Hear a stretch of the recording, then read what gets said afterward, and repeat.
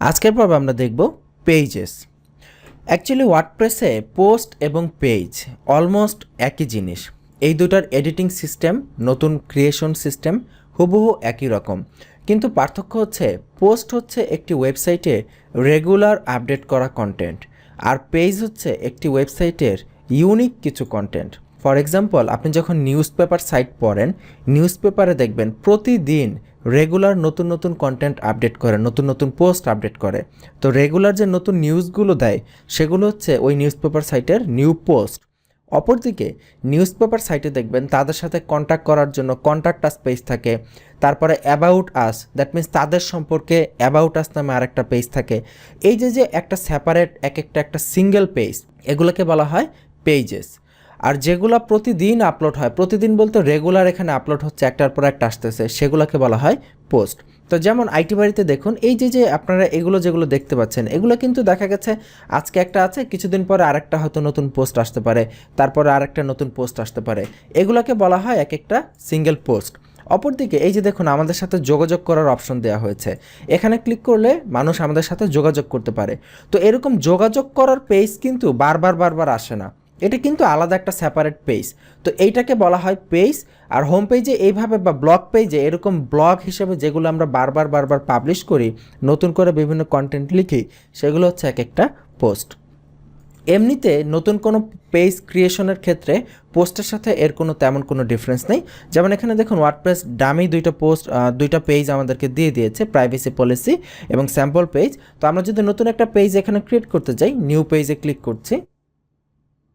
দেখুন, পোস্ট যেভাবে আমরা ক্রিয়েট করেছি ব্লক এডিটর দিয়ে, পেজও একদম হুবহু একই রকম, এখানে কোনো ডিফারেন্স নাই।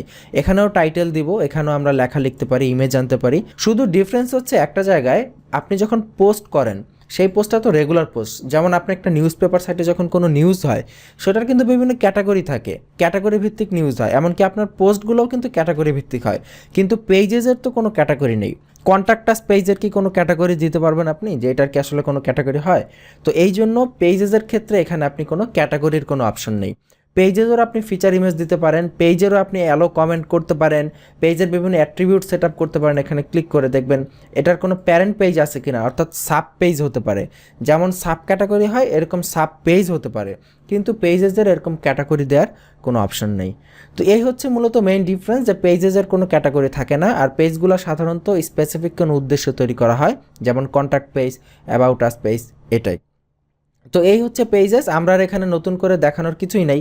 এই যেই এডিটর, ব্লক এডিটর, গুটেনবার্গ, এগুলো আমরা অলরেডি দেখেছি খুব বিস্তারিতভাবে পোস্ট সেকশনে, সো এখানে আলাদা করে দেখাচ্ছি না। তো পেজেসের পরে যে অপশনটি রয়েছে সেটি হচ্ছে কমেন্ট। এই সেকশন থেকে আপনার ওয়ার্ডপ্রেস সাইটে যে কমেন্টগুলো হবে, সেই কমেন্টগুলোকে কন্ট্রোল করা যাবে। যেমন ওয়ার্ডপ্রেস ডেমো একটি কমেন্ট আমাদেরকে দিয়ে দিয়েছে, যেমন হ্যালো ওয়ার্ল্ড যেই পোস্টটা রয়েছে, সেই পোস্টের শেষে একটি কমেন্ট দেওয়া হয়েছে।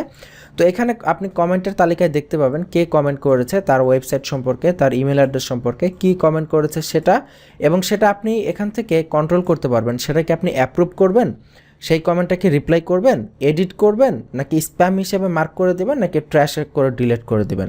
এখান থেকে সেগুলো কন্ট্রোল করা যায়। যেমন আপনি যদি এটাকে আনঅ্যাপ্রুভ করেন, তাহলে এটা অ্যাপ্রুভের জন্য ওয়েট করবে। কেউ যখন আপনার ওয়েবসাইটে নতুন কমেন্ট করে, তখন সেটা সরাসরি অ্যাপ্রুভ হয় না, অ্যাপ্রুভের জন্য ওয়েট করে, এবং এইখানে দেখাতে থাকে যে একটা কমেন্ট অ্যাপ্রুভের জন্য ওয়েট করতেছে। এবং আপনি যখন এই কমেন্টটা চেক করে যখন অ্যাপ্রুভে ক্লিক করেন, তখন সেই কমেন্টটা অ্যাপ্রুভ হয়। আপনি চাইলে এখান থেকে সরাসরি সেই কমেন্টে রিপ্লাই করতে পারেন। যেমন এখানে রিপ্লাইতে ক্লিক করলে কমেন্ট রিপ্লাই করার অপশন চলে এসেছে। যেমন এখানে যদি আমরা লিখি this is our comment reply, লিখে রিপ্লাইতে ক্লিক করলে অটোমেটিক্যালি সেই কমেন্টটা এখানে রিপ্লাই হয়ে যাবে। যেমন আমরা যদি এই পোস্টটাতে ভিজিট করি, হ্যালো ওয়ার্ল্ড, যেখানে একটি কমেন্ট আছে, রাইট ক্লিক করে ওপেন উইথ নিউ ট্যাব, এই পোস্টের শেষের দিকে গেলেই আমরা দেখতে পাবো সেই কমেন্টটি প্রদর্শিত হচ্ছে। আচ্ছা, এটা আমাকে এভাবে না, এটা আমাদের ভিজিট করতে হবে। এখান থেকে পোস্টটা এডিট চলে এসেছে। আচ্ছা, এই যে আমাদের পোস্টটা ওপেন হয়েছে, এটা নিচের দিকে যাচ্ছি, এই যে দেখুন জয়েন দ্য কনভারসেশন, এখানে কমেন্ট রয়েছে। এটা হচ্ছে সেই ডামি কমেন্ট, এবং এটা হচ্ছে সেই আমাদের কমেন্ট, যেমন this is our comment reply. তো এইভাবে আসলে কমেন্ট কাজ করে, খুবই সহজ। এখানে আপনি যদি পেন্ডিংয়ে ক্লিক করেন, যত পেন্ডিং কমেন্ট আছে সেগুলো দেখাবে। এইভাবে আপনি একসাথে অনেকগুলোকে সিলেক্ট করে বাল্ক অ্যাকশন থেকে আপনি আনঅ্যাপ্রুভ, মার্ক অ্যাজ স্প্যাম বা ডিলিট করে দিতে পারেন আপনার ইচ্ছা মতো। তো এখান থেকে জাস্ট সিম্পল নিয়ম, এখানে দেখুন এটারও স্ক্রিন অপশন আছে, এখান থেকে আপনি সাবমিটেড অন, এখানে বিভিন্ন কলামকে নিয়ে আসতে পারেন, এখানে ইন রেসপন্স টু, এগুলোকে আপনি এখান থেকে মডিফাই করতে পারেন, বা এক পেজে টোটাল কয়টা কমেন্ট দেখাবে সেটাও এখান থেকে এডিট করা যায়। খুবই সিম্পল সিস্টেম। তো এরপরে যে অপশনটা রয়েছে সেটা হচ্ছে appearance. This is one of the most important part in WordPress. আমাদের পুরো ওয়ার্ডপ্রেস ওয়েবসাইটের অন্যতম ইম্পর্ট্যান্ট সেকশন হচ্ছে এই অ্যাপিয়ারেন্স। তো আমরা আগামী পর্ব ইনশাল্লাহ দেখার চেষ্টা করব স্টেপ বাই স্টেপ ওয়েতে যে এই অ্যাপিয়ারেন্সের অপশনগুলো কী কী এবং কীভাবে কাজ করে। তো আজকের পর্ব এই পর্যন্তই।